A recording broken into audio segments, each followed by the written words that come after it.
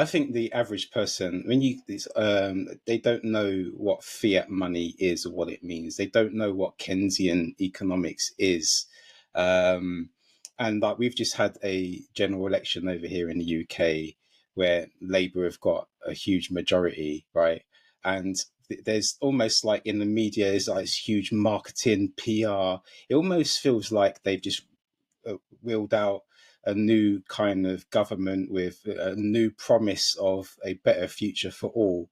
And it just seems like just so theatrical and based on these kind of false promises of economic growth and getting us out of this cost of living crisis.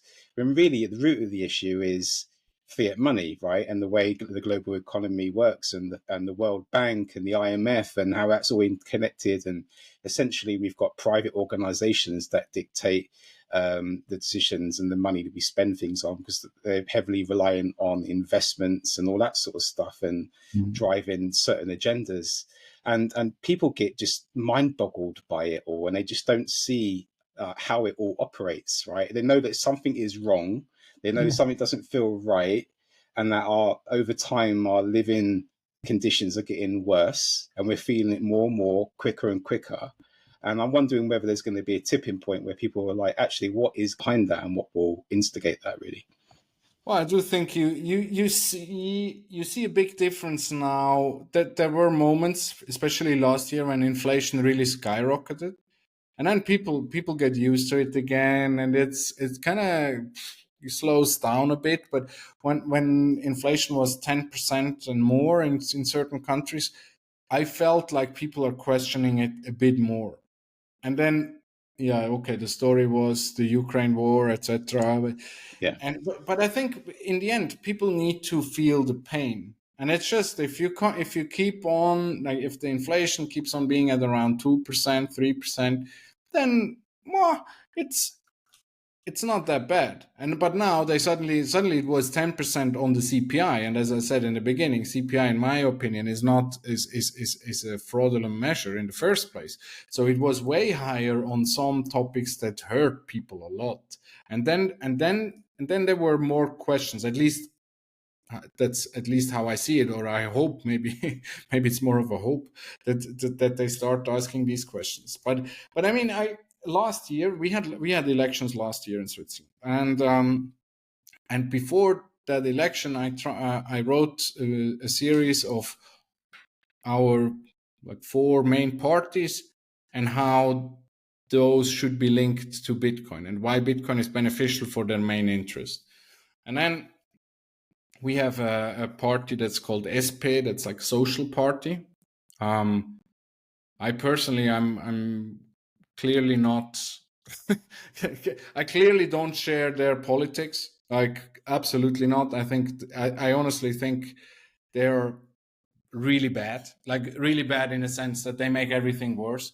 But I do understand some fundamental points that they bring up. I do, like for instance, there is one woman from Zurich, from our biggest canton, at least people-wise, and she claims the whole time that the how do you say that, the scissor between work and capital is constantly getting bigger and bigger. So capital gains are bigger and bigger than work. And I was like, yeah, please.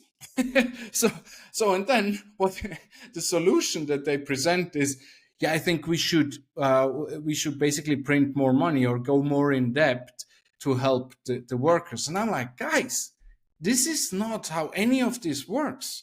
And so I wrote this piece and I sent it to her and to about 6 or 7 others that constantly talk about that. I obviously didn't get any reply. I tried to engage with a few, but it doesn't. I understand. I mean, I'm probably not the only one that writes them. I see that, but I mean, it's such a fundamental thing, and there's seemingly no interest to really understand it, and you see stupid statements all over again and again and again, and it's just like, I think very, very few people really understand what money is and what monetary policy is, and that money is essentially the basis of everything we do.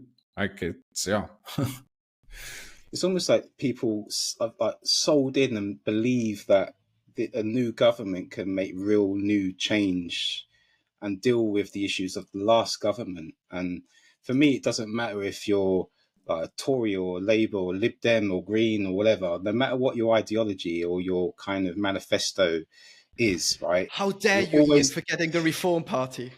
Oh, sorry, Nigel. How can I forget? And it's just all theatre and bullshit at the end of the day. And it's just like, no matter what your ideology or your agenda, fiat money is just they're always going to let you down, right? Because it just means more control, more dominance, more money spent, and more time that we have to surrender to them in order to fulfill their sort of manifesto, right? And it's just, I don't know, it's a frustrating point for me at the moment, watching people simping over the new Labour government, and they're sort of like coming out with these big presentations and we've acted immediately, we're going to solve this, we're going to do that. And I'm just like, wow, people are really sort of like still sold into the bullshit, and it's almost like they've been brainwashed. And what Bitcoin obviously does, it drops the veil of reality, right? absolutely. So yeah, I mean that's one of the things that I really think is it's so interesting. I mean, all the facts speak a very clear language. If you, I mean, the most obvious is the US. I mean, they expanded the deficit constantly, and it doesn't matter. Like it's complete thing all over again, and people, yeah, just don't ask enough questions. And I think one of the things that I learned over the last few years, and I think it's probably people are not taking care of that enough. So even if you speak about big organizations, big corporates, but also governments, etc., just massive organizations, people don't understand that those are all only humans. Like there's simple single individuals. They're not smarter, by far not, and they're not better. They're just simple humans. Like an organization in itself cannot take a decision. Those are humans. So you have to look into the incentives and also the character of these individuals.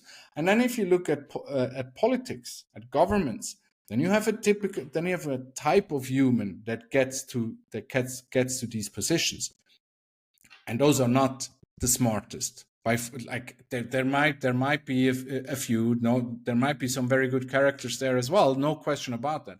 But I think the level of narcissism is relatively high, and the level of the need to be loved is pretty high as well. So yeah, sociopaths. yeah, exactly. They try to do everything they can to get elected again, and that people like them, and they like to be in the media. And you don't get into the media if you actually propose a reasonable and just some sort of a law that really helps, but that doesn't generate headlines. And so that's the same thing for big corporations as well. Now you clearly you have very good people at top of corporations, no question about that. I had a lot of very smart people in the management as well, but you have to understand how the people that get to the top in a management-led company, for instance, are different than people that get to the top in an entrepreneurial environment, like Elon Musk, who is like the entrepreneur. I'm 100% sure he wouldn't get to the top in a management-led company.